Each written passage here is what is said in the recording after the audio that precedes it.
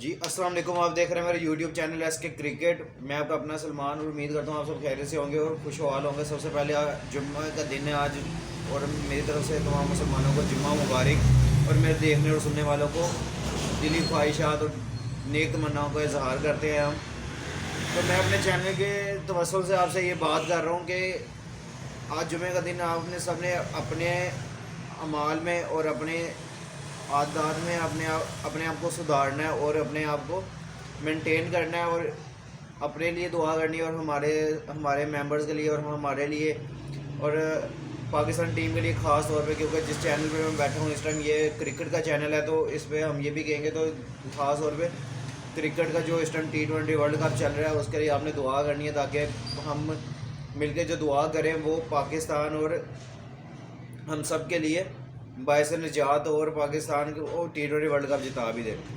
अच्छा, और बात करते हैं आज का दिन 21 अक्टूबर 2022 का दिन है जब मैं ये वीडियो रिकॉर्ड कर रहा हूँ। सुबह के टाइम इस टाइम मैच चल रहा है वेस्ट इंडीज़ और आयरलैंड का।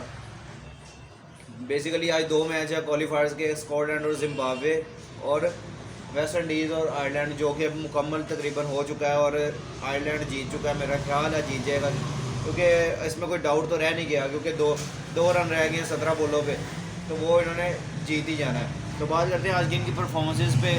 सबसे पहले वेस्ट इंडीज़ ने टॉस जीती और बैटिंग का फैसला किया। फिर उन्होंने बैटिंग का फैसला तो कर लिया, लेकिन उन्होंने एक बड़ा टोटल नहीं खड़ा कर सके, क्योंकि ये बड़ा इम्पोर्टेंट होता है ऐसे मैचेस के लिए कि आप क्वालिफायर खेल रहे हैं और क्वालिफायर में आप इस तरह एकदम से क्लैश कर जाएं तो बड़ा मुश्किल होता है। अब एक रन रह गया जीतने के लिए, तो ये बड़ा मुश्किल हो जाता है कि उनमें से आयरलैंड की जो बैटिंग नज़र आई है बड़ी वो डिसअपॉइंटेड रही है।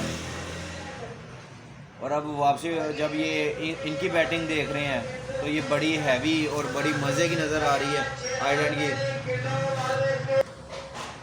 सो बेसिकली मैं स्टूडियो में बैठा होता हूँ तो मेरी ये बड़ी मुझे शोर डिस्टर्ब करता है, लेकिन कोई बात नहीं, जैसे जैसे काम आगे करते जाएंगे तो इंशाल्लाह हम अपने प्रॉपर एक स्टूडियो सेपरेट करेंगे जहाँ पे हम वीडियोस के लिए वहाँ पे अवेलेबल होंगे। अच्छा, तो बात करते हैं जो आज की जो बैटिंग हुई आयरलैंड की, जो उन्होंने चेज़ करने के लिए जब वो आए हैं मैदान में, पॉल स्टार्लिंग ने 66 रन बना लिए हैं 48 बॉल्स पे, जिसमें चौके जो उन्होंने मारे हैं 6 और 2 छक्के भी मारे हैं और स्ट्राइक रेट 137 का।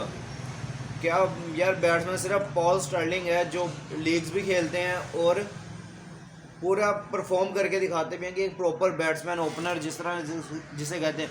पाकिस्तान में ये इस्लामाबाद यूनाइटेड की तरफ से खेलते हैं। उसके बाद कैप्टन है उनके साथ बेलब्रेन, उन्होंने थोड़ा उनका साथ दिया और 37 रन बनाए 23 बॉलों पे 3 चौके 3 छक्कों के साथ 160 का स्ट्राइक रेट। और ये देखना, ये स्ट्राइक रेट होता है।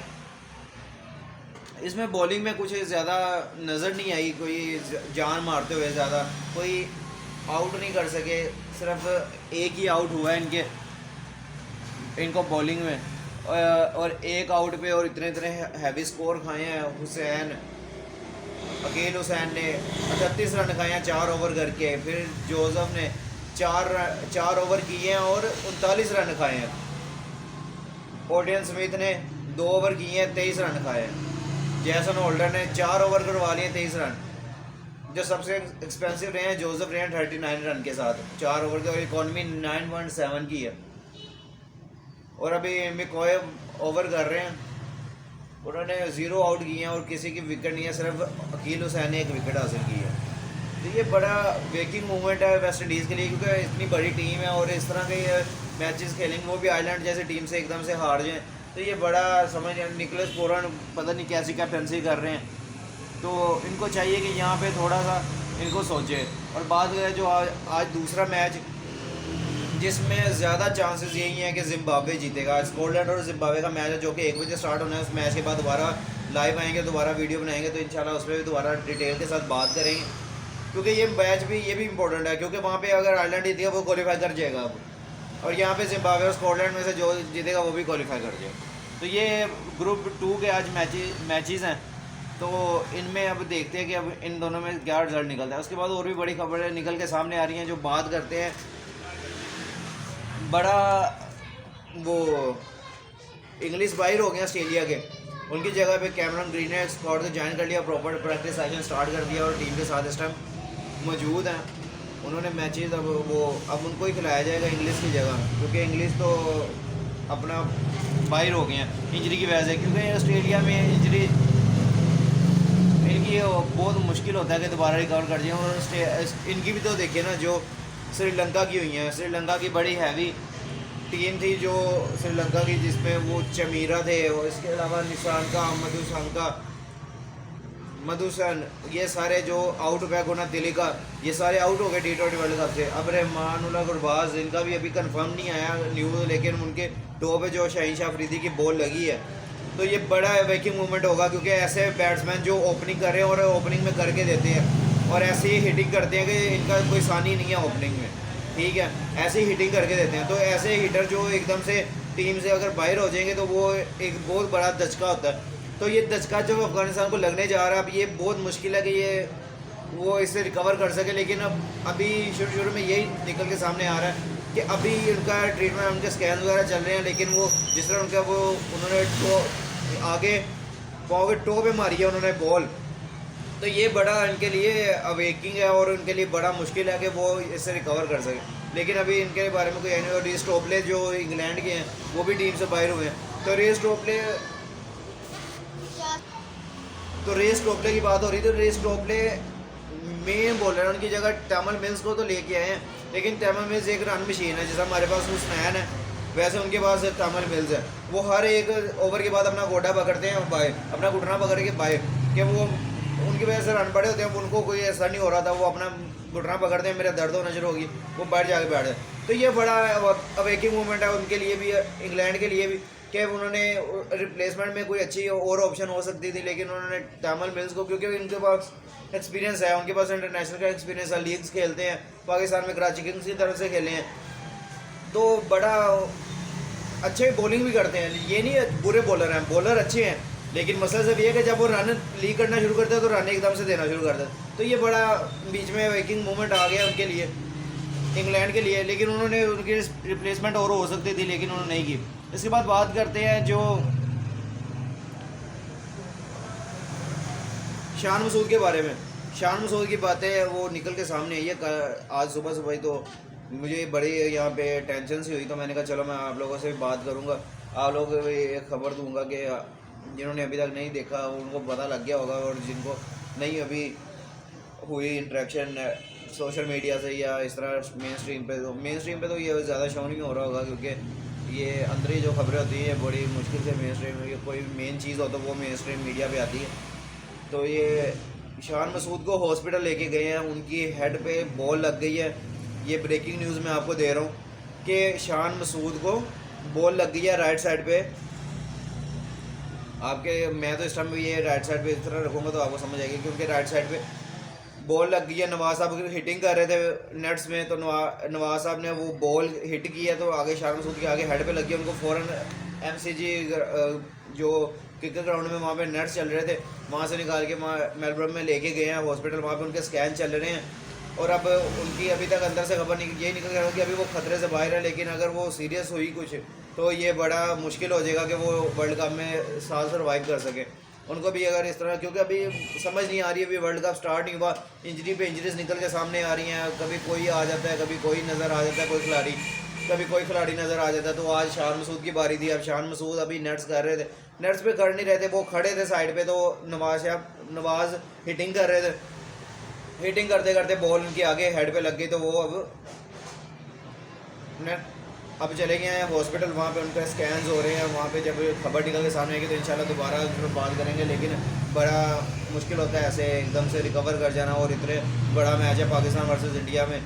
तो इंडिया का जो मैच है वो इतना बड़ा मैच है कि उनमें एकदम से इस तरह का रिकवर करना वो बड़ी मुश्किल हो जाएगा। अब देनी पड़ेगी, रिप्लेसमेंट कुछ हो सकती है या कोई ऐसा कोई, अब उनकी जगह पे शायद फ़खर ज़मान को तो शामिल, लेके फ़खर ज़मान का रिहैब चल रहा था, उनको प्रैक्टिस सेशन में वो जो प्रैक्टिस मैच है वो खिलाए नहीं गए, और जो अब मेन मैच है पाकिस्तान वर्सेस इंडिया का उसमें खिलाए। लेकिन अभी वेदर का भी इशू यही है, जो रात को भी मैं खबर निकाल के लाया था, लेकिन खबर निकाल के लाने का मतलब कि अभी मैच में वो कन्फर्म नहीं है। अभी ये पॉसिबिलिटी है कि 5 ओवर का मैच होगा, लेकिन 5 ओवर का मैच हम चाहते नहीं हैं। हम चाहते हैं कम से कम भी अगर हो भी तो 10 ओवर का भी दो, ताकि T10 तो लगे।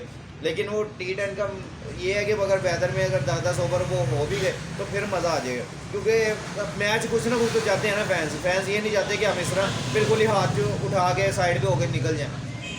तो फ़ैन कुछ ना कुछ तो ये चाहते हैं कि हमारा कोई ना कोई मैच इस तरह चले ज़रूर, हम इस तरह कोई ना कोई काम इस मैचेस से चलाए ज़रूर, क्योंकि हम काफ़ी देर से वेट कर रहे होते हैं इस मैचेस का, ऐसे मैच का वेट कर रहे होते, तो वो बड़ा मुश्किल हो जाता है कि फ़ैन इस तरह की बात होता है। और वेदर अल्लाह हमारे हाथ में नहीं है, वो अल्लाह के हाथ में। अल्लाह ताला चाहे तो उस दिन धूप भी निकाल सकता है, चाहे तो बारिश भी आ सकती है, तो एक ओवर भी नहीं हो सकता, वो अल्लाह ताला की मर्ज़ी होती है। तो बड़ा मुश्किल है कि वो फैंस इस तरह बर्दाश्त कर सके कि 5 ओवर का भी हुआ है कि 5 ओवर का मैच हो सके। लेकिन यह कि अभी निकल के सामने आएगा, जैसे जैसे दिन, अब परसों मैच है जो आज 21 तारीख हो गई है, अब कल तक कंफर्म हो जाएगा कि क्या वेदर की अपडेट है, और फिर परसों जब मैच का दिन होगा तब अल्लाह की तरफ से कंफर्म हो जाएगा कि हमने मैच करवाना है या नहीं करवाना है, वो अल्लाह ताला की मर्ज़ी है।